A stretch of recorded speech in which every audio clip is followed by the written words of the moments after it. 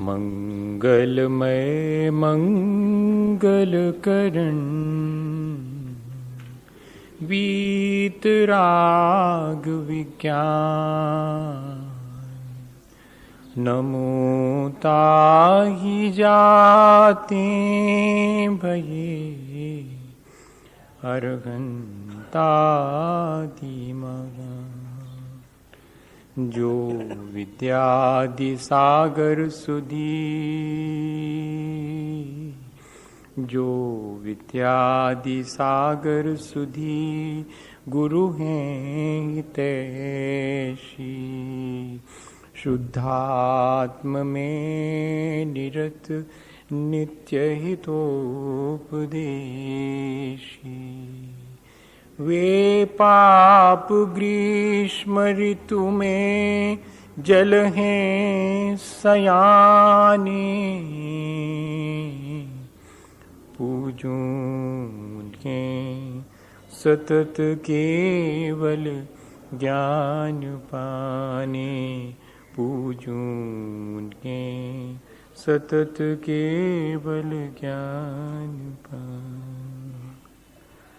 बोले भगवान महावीर स्वामी की, आचार्य कुंद कुंद स्वामी की, आचार्य गुरुवर विद्यासागर मुनि महाराज की।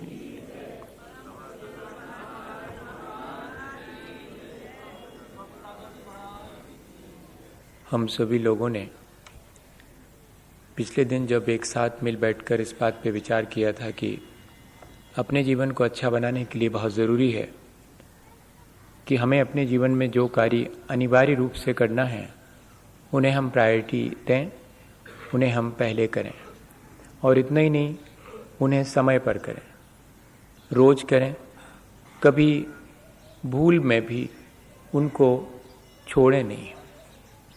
यदि इस तरह हम अपने जीवन को व्यवस्थित कर लें, जो आवश्यक कार्य हैं उनको ही करने में अपने जीवन को लगाएं, तो जीवन ज़रूर अच्छा बनेगा। असल में हम लोग पहचान नहीं कर पाते हैं इस बात की कि क्या जीवन के लिए आवश्यक है और क्या आवश्यक नहीं है। उसके लिए भी आचार्यों ने बहुत आसान सा तरीका दिया है कि जिन चीज़ों से इंद्रिय और मन पर हमारी पकड़ नहीं रह पाती या हम इंद्रिय और मन के विवश हो जाते हैं, वो काम आवश्यक नहीं है। काम वही करें हम जिससे कि हम इंद्रिय और मन के वश में न रहें। बहुत आसान सा लगता है कहने सुनने में, लेकिन हम अगर देखें 24 घंटे तो हम अपने इंद्रिय और मन के वशीभूत होकर ही सारे काम करते हैं। मुश्किल है कि कोई क्षण ऐसा भी गुजरता होगा जिसमें कि हम अपने इंद्रिय और मन की पूर्ति के लिए कोई काम ना कर रहे हों। वो क्षण बहुत थोड़े से हैं और वास्तव में वे ही क्षण हमारे जीवन के वास्तविक हैं और उनमें ही हम अपने इंद्रिय और मन का सदुपयोग कर पाते हैं। जिन क्षणों में हम इंद्रिय और मन के विषयों की पूर्ति करते हैं, वे क्षण तो हम अनावश्यक रूप से व्यर्थ गंवा रहे हैं। जिनमें हम इंद्रिय और मन का सदुपयोग करते हैं या इंद्रिय और मन के विषयों की पूर्ति से विमुख होते हैं, वास्तव में वही क्षण हमारे कीमती हैं और जीवन में वही आवश्यक है। और दूसरी चीज, हम अपने जीवन का सदुपयोग कैसे करें? तो जीवन का सदुपयोग अपने कल्याण की बातों में और दूसरे के कल्याण की बातों में यदि हम व्यतीत अपना जीवन करते हैं तो वही हमारे जीवन का सदुपयोग है। तो इस तरह हमने कल जीवन में जो आवश्यक है उसे ज़्यादा से ज़्यादा शामिल करना चाहिए और अनावश्यक धीरे धीरे अपने आप ही उसको समय नहीं मिलेगा। जब हम आवश्यक कार्य में लगे रहेंगे तो अनावश्यक कार्य के लिए समय ही नहीं मिलेगा। वे आवश्यक कार्य कौन से हैं? श्रावक के जीवन में अलग हैं और साधुजनों के जीवन में अलग हैं। क्या उन आवश्यक कार्यों के करने से हमारा जीवन ऊंचा उठेगा और इतना ऊंचा कि हम तीर्थंकर जितनी हैसियत पालें?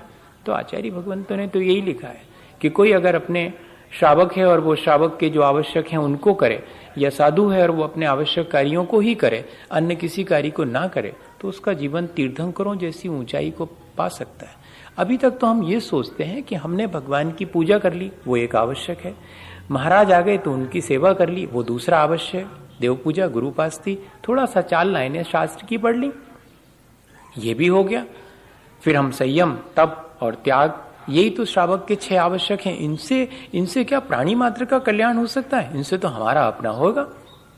आप तो कह रहे हैं कि तीर्थंकर जैसी हैसियत वाला व्यक्ति, हमारे भीतर वैसा व्यक्तित्व पैदा हो सकता है, इतनी ऊंचाई हम छू सकते हैं। जबकि तीर्थंकर प्रकृति तो प्राणी मात्र के कल्याण की भावना के साथ आत्म कल्याण करने वाले को ही प्राप्त होती है। हम तो 6 आवश्यक करके क्या करेंगे? अपने आत्मा का कल्याण करेंगे? ऐसा नहीं है। भगवान की पूजा, अनंत की भक्ति, जो हम पहले एक कारण मान चुके हैं, एक भावना है, वो भी अनंत भगवान की भक्ति। गृहस्थ जीवन में भी अनंत भगवान की भक्ति से कोई तीर्थंकर प्रकृति अर्जित कर सकता है। और इसका सबसे बड़ा उदाहरण खुद रावण है।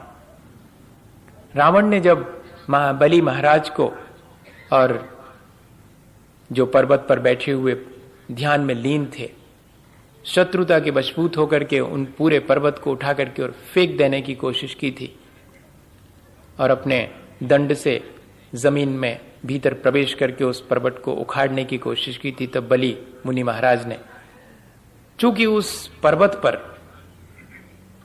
भरत चक्रवर्ती के बनवाए हुए जिनालय हैं, उनकी रक्षा के लिए थोड़ा सा अपना अंगूठा दबा दिया था, और वो पूरा पहाड़ रावण समेत नीचे की तरफ होने लगा था। ये तो ठीक है। और रावण बहुत तकलीफ में था, तब मंदोदरी ने निवेदन किया था कि भगवान क्षमा करें, और क्षमा भी कर दिया था। लेकिन ये सारी घटना, इस सब में महत्वपूर्ण क्या है? रावण को फील हुआ इस बात का कि उसने ठीक नहीं किया, और बाहर आकर के और जिनेंद्र भगवान की जो पूजा करी, तब विद्याधर था और वीणा बजाने में बहुत चतुर था। वीणा बजा करके भगवान की पूजा में इतना तल्लीन हो गया कि वीणा का तार टूटने पर अपने हाथ की नस निकाल करके तार की जगह बांध करके वीणा बजाई थी।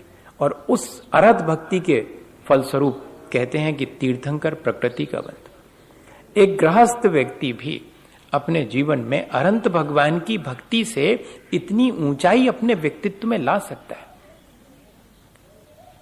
गुरु पास्ती, आचार्य और उपाध्याय के प्रति भक्ति जो हमने तीर्थंकर प्रकृति के कारणों में, क्योंकि अनंत भगवान ऐसे हैं जो प्राणी मात्र के कल्याण के लिए उपदेश देते हैं, और उनकी हम भक्ति कर रहे हैं तो हमारे भीतर भी उतनी ऊंचाई आएगी।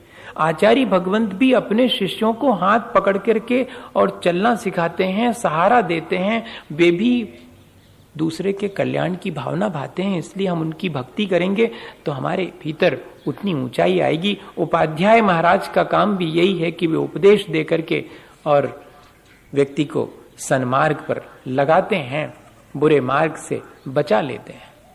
इसलिए वे भी पर के कल्याण में लगे हुए हैं। ये सब गुरु हैं, इसलिए गुरु पास्ती अगर श्रावक करता है तो कितनी सारी भावनाएं उसके साथ आ गई। और शास्त्र स्वाध्याय, इसी का नाम तो प्रवचन भक्ति है। भगवान की जैसे पूजा करते हैं वैसे शास्त्र जी की पूजा कर लेने का नाम प्रवचन भक्ति नहीं है। शास्त्र का अभ्यास करना, शास्त्र में लिखी हुई बातों को ठीक ठीक समझ करके अपना जीवन उसके अनुसार बनाना, ऐसा शास्त्र स्वाध्याय श्रावक भी कर सकता है। आज तो भगवान के दर्शन करने, गुरुजनों के निकट बैठ करके उनसे 2 बातें सीखने और शास्त्र की 4 बातें पढ़ने का अवसर जीवन में कितने कितने लोगों को। आज जब हम लोग अभी थोड़ी देर पहले बैठे थे तो मेरे मन में यही विचार आ रहा था, 1% लोग होंगे, 1% लोग होंगे ये जो जो जो इन तीनों कामों को करते होंगे। बताइए, सारे देश में कह रहा हूं, सिर्फ 1% लोग होंगे जो कि रोज नियमित रूप से भगवान की भक्ति भी करते होंगे, गुरुजनों के निकट जाकर के 2 मिनट बैठते होंगे और इतनी ही नहीं 4 लाइनें ग्रंथ की पढ़ते होंगे। अभी तो सिर्फ बाहरी बात कह रहा हूं, इनसे अपने जीवन को प्रभावित करने वालों की संख्या तो दशमलव वन में आएगी।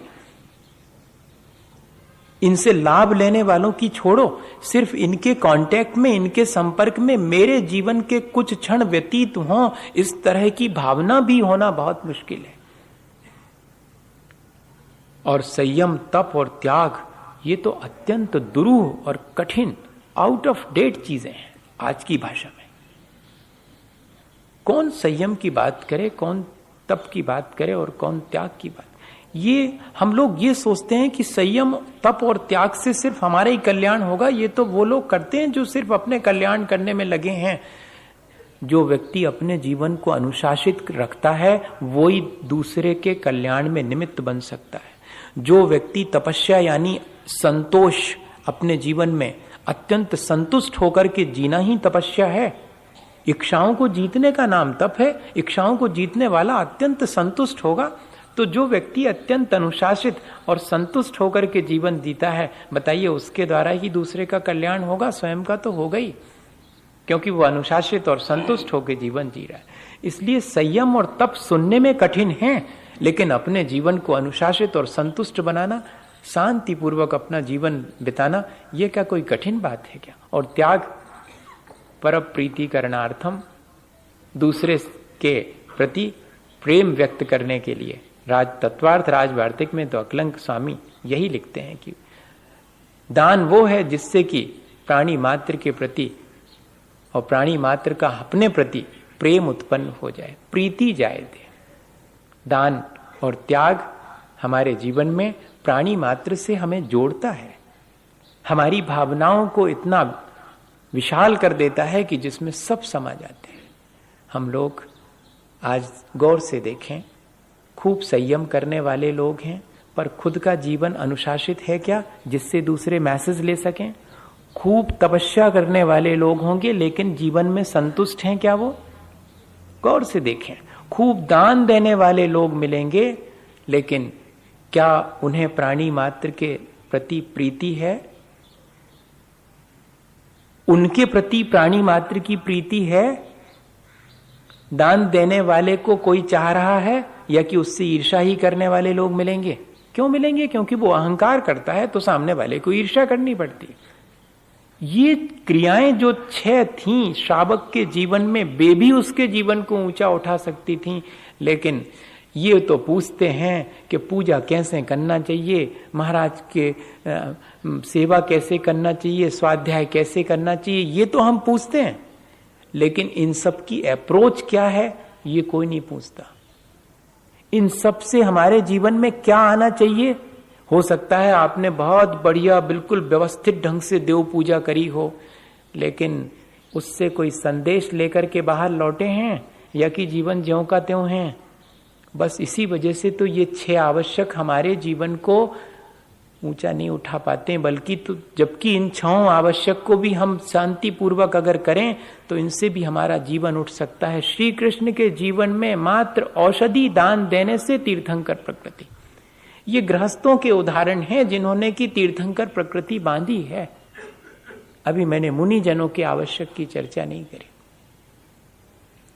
क्या हम अपने रोजमर्रा के जीवन में इन 6 आवश्यक कार्यों को शामिल करेंगे और इनसे कोई प्रॉपर मैसेज लेंगे? देव पूजा सबको मालूम है, गुरुपास्ती सबको मालूम है, स्वाध्याय करना चाहिए सबको मालूम है, ये सब चीजें मालूम है, लेकिन इनके लिए हमारा कोई निश्चित समय है या कि जब चाहे तब कर लेंगे? हमने कल भी कहा था कि आचार्य महाराज अपने आवश्यकों को यथा समय करते हैं और वास्तव में वही जीवन को ऊंचा उठाने वाली। संसार के कार्यों को हम बिल्कुल समय पर करते हैं, लेकिन अपने आत्म कल्याण के कार्यों को जब चाहे तब करेंगे, उसका कोई समय नहीं है। उसका समय निर्धारित हो, हमारा अपना डिसिप्लिन ये होना चाहिए, तब जाकर के हमारा जीवन ऊंचा उठेगा। अब जरा सा देखें मुनि जनों के 6 आवश्यक कौन से हैं, उनसे क्या मैसेज मिलता है, उनको पालन करने से क्या प्राणी मात्र का कल्याण हो सकता है? प्राणी मात्र का कल्याण सामायिक करने से हो सकता। पहला उनका आवश्यक है सामायिक। सामायिक है क्या चीज? महाराज सामायिक कैसे करना चाहिए, चारों दिशाओं में आवर्त कैसे करना चाहिए, पूर्व की तरफ मुख करना चाहिए कि दक्षिण की तरफ मुख करना चाहिए, दुनिया भर की बातें पूछेंगे सामायिक की विधि, और सामायिक भी कर रहे होंगे, लेकिन सामायिक का मकसद क्या है ये नहीं मालूम। वर्षों सामायिक करने वाले के जीवन में अगर समता नहीं आई तो उसकी सामायिक उसके जीवन को ऊंचा नहीं उठा पाएगी।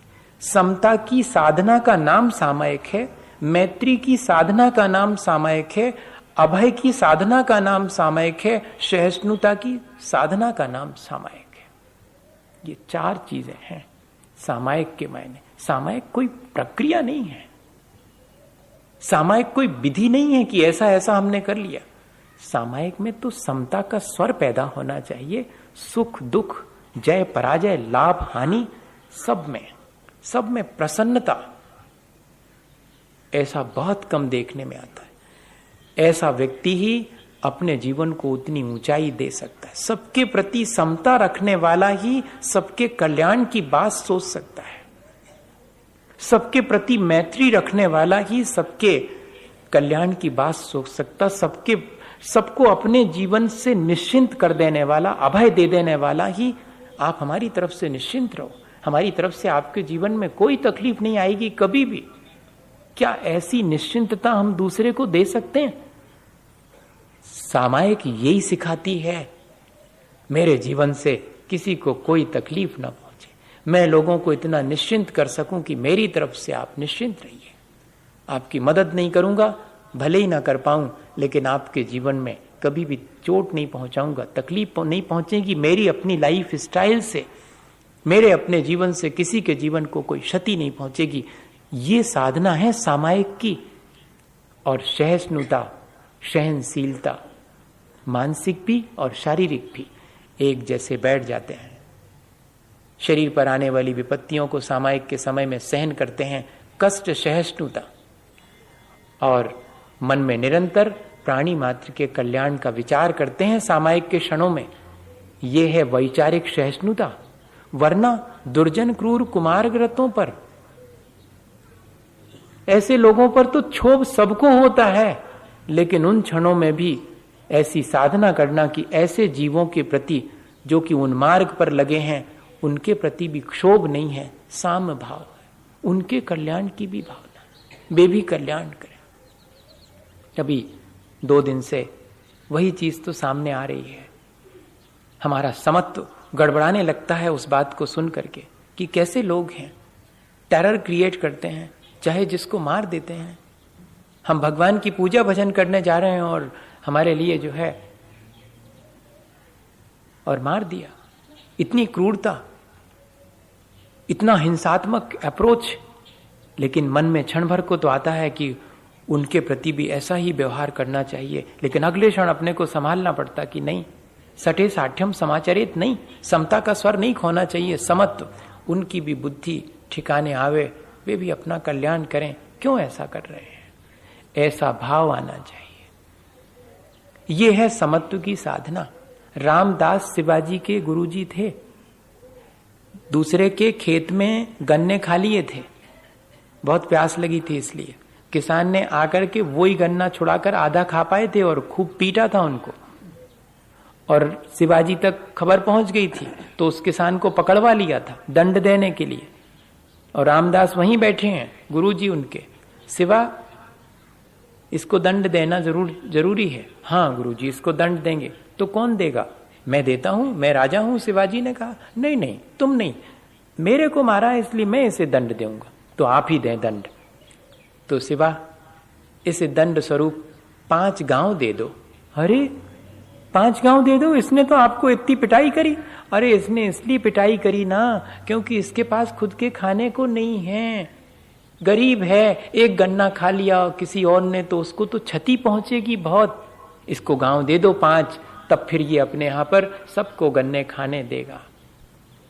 बताइएगा, ये है समता का स्वर, ये है मैत्री की साधना, ये एक सिखाती है सामायिक। और हम तो सोच रहे थे कि अलती पलती मार के सवेरे अच्छी आंख बंद करके बैठ जाओ, वो पूछ लो महाराज से कि पूरब की दिशा में मुंह करो चाहिए कि उत्तर की दिशा में करो चाहिए, बिल्कुल दुरुस्त, सब बढ़िया हो गया, और बाहर उठे सो फिर उसके बाद ज्यों के त्यों।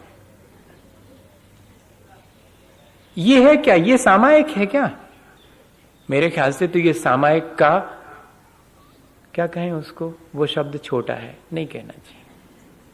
सामायिक का एक तरह का नाटक है बस। ऐसी तो हम बहुत सामायिक कर चुके, जीवन में अगर समत्व नहीं आया तो अभी और सामायिक करनी चाहिए। ये सामायिक भी प्राणी मात्र के कल्याण और आत्म कल्याण में सहयोगी है, इसलिए तीर्थंकर प्रकृति के बंध में कारण बनती है। मैत्री का स्वर क्या है? युद्ध के मैदान में शाम तक लड़ाई हुई है, शाम को विश्राम, ढूंढ ढूंढ कर घायलों को मदद की जा रही है। एक व्यक्ति का भाई भी घायलों में शामिल है, उसे पानी पिलाने के लिए वो जा रहा है। भाई आवाज देता है कि मैं यहां हूं, पानी लाओ। भाई के पास जैसे ही पहुंचता है उतने में बाजू से सरदार की आवाज आती है कि पानी दो। भाई इशारा करता है कि पहले सरदार को पानी पिलाओ। और जैसे ही सरदार के पास पहुंचता है कि उतने में जरा दूर से कि अब तो प्राण निकले ही, अगर पानी नहीं मिलेगा तो मुझे पानी पिला दो। और सरदार भी इशारा करता है कि जाओ पहले उसे पानी पिलाओ। वो तीसरे के पास तक जब तक पहुंचता है तब तक उसका प्राणांत हो जाता है। लौट कर सरदार के पास आता तब भी उसका प्राणांत हो जाता और सोचता कि शायद भाई के प्राण बच जाएंगे। तब तक लौट के आता है, उसके भी प्राणांत हो जाते पानी के अभाव में। लेकिन दो लोगों का नाम कौन सी लिस्ट में लिखा गया? परोपकार की लिस्ट में लिखा गया, मैत्री के स्वर की लिस्ट में लिखा गया। कौन से दो लोग? एक उसका भाई और एक वो सरदार। ये है मैत्री का स्वर। अपने प्राणों को मुश्किल में डाल करके भी दूसरे की मदद करने का भाव एक आध बार आया कभी? सामायिक तो बहुत करी होगी। एक आध बार अपनी जान सांसत में डाल करके दूसरे की मदद करने का भाव आया? बहुत मुश्किल है ऐसी साधना मैत्री की। अभय की साधना तो करी थी सूकर ने, बताइए।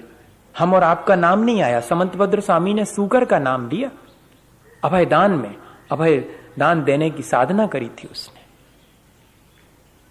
मुनि महाराज शेर की गुफा में आकर के रुक गए हैं शेर की अनुपस्थिति में, और शेर गुफा में आता है, बाहर खड़ा है सूकर। अभी महाराज ध्यान में लीन है, तुम भीतर नहीं जा सकते, मेरे से पहले निपटो, फिर बाद में। और उस सिंह से सामना करते करते उसके भी प्राणांत हो गए और सिंह के भी हो गए। किसका नाम लिखा जाएगा अभय की साधना में? शेर का कि सूकर का? मुनि महाराज का। मुनि महाराज तो समता में लीन पहले ही से थे, ना उनको सूकर से कोई लगाव है ना शेर से कोई दुराव है। लेकिन मैत्री की साधना में सूकर का नाम आचार्य समंतभद्र स्वामी ने अपने रत्नकर्ण श्रावकाचार्य में लिखा। ये चीज जो है हमारे जीवन में सामायिक से आनी चाहिए। समता, मैत्री, सहिष्णुता और निर्भय होकर के दूसरे को जीवन जीने के लिए सुविधा देना। इसलिए सामायिक अकेला करना भी तीर्थंकर प्रकृति के लिए कारण बन सकता है। आवश्यक अपरिहार्य, अपने आवश्यक कार्य को निरंतर करते रहना। स्तुति और वंदना भी मुनि महाराज के दो आवश्यक कार्य हैं। रोज स्तुति करना, रोज वंदना करना। इससे क्या होगा? इससे अहम शून्यता आएगी, इससे विनय आएगी, इससे रिसेप्टिविटी आएगी। ये तीनों क्वालिटीज जो है वो प्राणी मात्र के कल्याण के लिए हैं।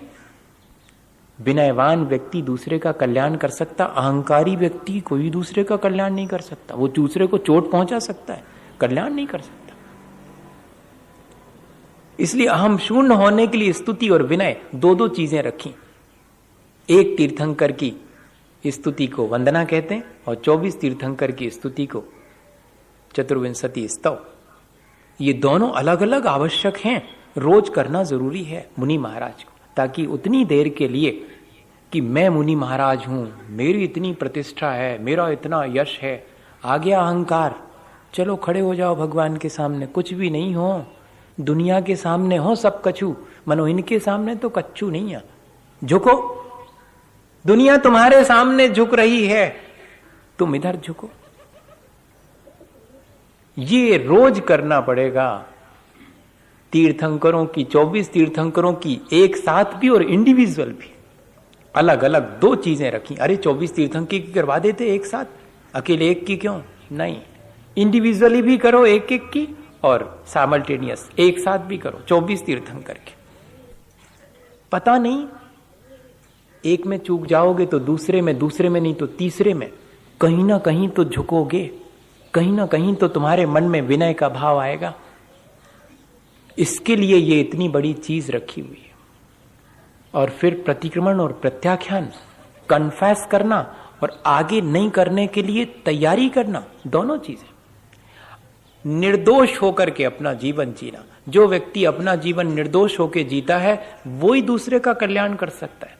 दोषी व्यक्ति अपना अकल्याण तो करता ही है, दूसरे को भी वैसा ही करने की प्रेरणा देता है, इसलिए दूसरे का भी अकल्याण करता है। दोषी व्यक्ति के जीवन से किसी को कुछ सीखने नहीं मिलता, कल्याण की कोई बात सीखने नहीं मिलती। और जो व्यक्ति निर्दोष अपना जीवन जीता है उसको देख करके और लोगों को भी अपने जीवन को वैसा ही बनाने की प्रेरणा मिलती है। इस तरह यह प्रतिक्रमण कर तो रहे थे अपने दोषों का अपन निराकरण, अपने दोषों से मुक्त होने की प्रक्रिया अपन कर रहे हैं, और दूसरे को मैसेज क्या मिल रहा है? हमें भी ऐसे ही निर्दोष होना चाहिए। स्वयं निर्दोष होकर के हम दूसरे को निर्दोष होने का रास्ता दिखाते हैं। बहुत कठिन है निर्दोष होने की प्रक्रिया। निर्दोष होने, अगर दोष हो जावे तो उनको स्वीकार करने की प्रक्रिया भी और ज्यादा कठिन है। एक टॉल्स्टॉय ने कहानी लिखी कि हमारे मन की किस तरह की विचित्रता है, और उसमें उन्होंने लिखा कि एक व्यक्ति पहुंचता है भगवान के मंदिर में बिल्कुल अर्ली मॉर्निंग 5 बजे, जब कोई नहीं रहता। वो सोचता है कि कोई नहीं मिलेगा वहां पर, और जाकर के जो है और भगवान की वंदना करता है, स्तुति करता है, और क्या कहता है? मेरे से ज्यादा पापी कोई भी नहीं है, मैंने पता नहीं कितने लोगों की जान ली है, मैं आज आपके सामने ये सब चीजें स्वीकार करता हूं, मुझे क्षमा दान दो भगवान। ऐसा कहता है वो, और ऐसा कहने के बाद पीछे मुड़ने लगता है तो देखता है कि कोई और पीछे खड़ा है, और खड़ा ही नहीं है, वो जो पीछे खड़ा हुआ व्यक्ति है वो उस व्यक्ति के चरण छू लेता है। तो जिसने अभी कन्फेस किया था वो कहता कि आपने मेरे चरण क्यों छुए? बोले इसलिए छुए कि आपके जैसा व्यक्ति नहीं देखा। आप भगवान के सामने कह रहे थे अभी कि मैंने बहुत पाप किए, मैंने बहुत अपराध किए, मैंने बहुत लोगों की जान ली है, सबके लिए आप क्षमा मांग रहे थे। अब मालूम, अब बदल गया वो एकदम। अभी भगवान के सामने तो कह रहा था कि मैं पापी हूं, हैं, मैंने बहुत अपराध करे हैं। अब जैसे उस व्यक्ति ने कहा कि आप बहुत विशिष्ट हैं, तो मालूम क्या कहता है कि सुनो, ये मेरे और भगवान के बीच की बात है, तुम इस चीज को बाहर मत कहना। हम कन्फेस भी करते हैं तो कैसे कन्फेस करते हैं जरा देखें अपने भीतर। भगवान के सामने तो क्षमा, और बाकी लोगों को मेरा अपराध पता ना लग जाए, बाकी लोगों को मेरा दोष पता ना लग जाए। बड़े मुश्किल में पड़ गए। टॉल्स्टॉय लिखते हैं, उन्होंने खुद अपने जीवन की घटना इसको माना है कि मैं बहुत मुश्किल में पड़ गया कि इतना सरल और सच्चा आदमी जो भगवान के सामने अभी सब स्वीकार कर रहा था, और अब कह रहा है कि सुनो, अगर ये बात किसी और को मालूम पड़ी तो मैं कोर्ट में तुम पर मानहानि का दावा कर दूंगा, इसलिए ये बात किसी और से मत कहना। हम अपने दोषों को सरल चित्त होकर के निकाल नहीं पाते हैं, निर्दोष होने की प्रक्रिया नहीं कर पाते हैं, और यही तो वजह है। प्रतिक्रमण कितना ही दोहरा लो, आलोचना पाठ पढ़ लो सुबह से, हा मैं दुष्ट अपराधी भगवान के सामने, और जिनके प्रति हमने दोष किया है उनके सामने नहीं। इसलिए तो निर्दोष चित्त नहीं हो पाता, इसलिए तो उतनी ऊंचाई नहीं आ पाती जीवन में। वजह क्या है आखिर? ये सब क्रियाएं करने के बाद भी प्रत्याख्यान, आगे से मैं दोष नहीं करूंगा, इससे आत्मविश्वास बढ़ता है कि आगे से मैं दोष नहीं करूंगा। मेरे से दोष तो हो गए, मैं स्वीकार करता हूं, आगे नहीं करूंगा, इस बात की तत्परता, प्रत्याख्यान, त्याग करता हूं।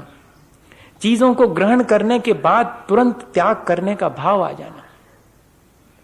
अनावश्यक चीजें हमने इकट्ठी कर रखी हैं, यह मेरी गलती है, यह मेरा दोष है, ऐसा स्वीकार करना और अनावश्यक चीजों को अलग कर देने के लिए हमेशा तैयार रहना, ये प्रत्याख्यान। और कायोत्सर्ग, हमेशा कायोत्सर्ग। अपन क्या सोचते हैं, नौवा नमोकार मंत्र पढ़ लिया, हो गया कायोत्सर्ग।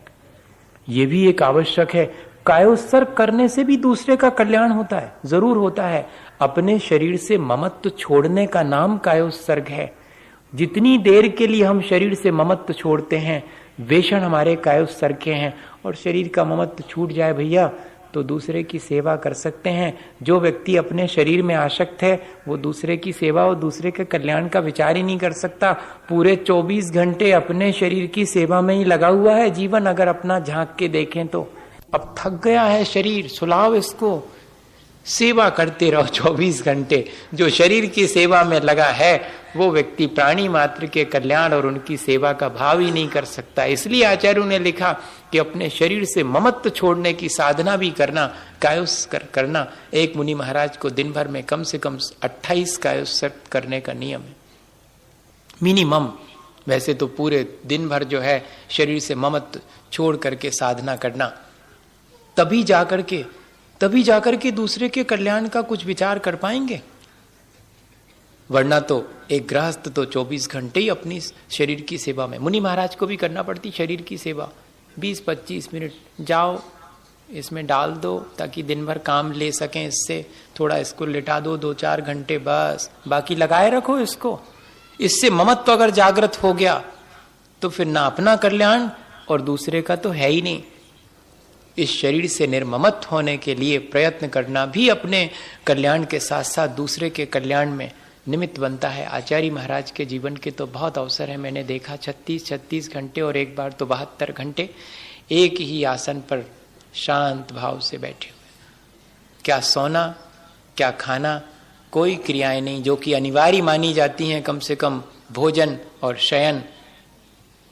लेकिन इन क्रियाओं को भी हम अपने शरीर से ममत्व होने की वजह से करते हैं, और शरीर से निर्ममत हो जाएं तो ये क्रियाएं भी बहुत कम रह जाएंगी, यहाँ तक कि हम इन क्रियाओं से भी पार हो जाएंगे। इस तरह यदि हम अपने जीवन को ऊंचा उठाना चाहें तो ये 6 आवश्यक जो श्रावक के हैं और 6 आवश्यक जो मुनिजनों के हैं, वे सब यथा समय जिस चीज़ का काल है उस समय उनको हम करें तो हमारा जीवन अवश्य ऊंचा उठेगा।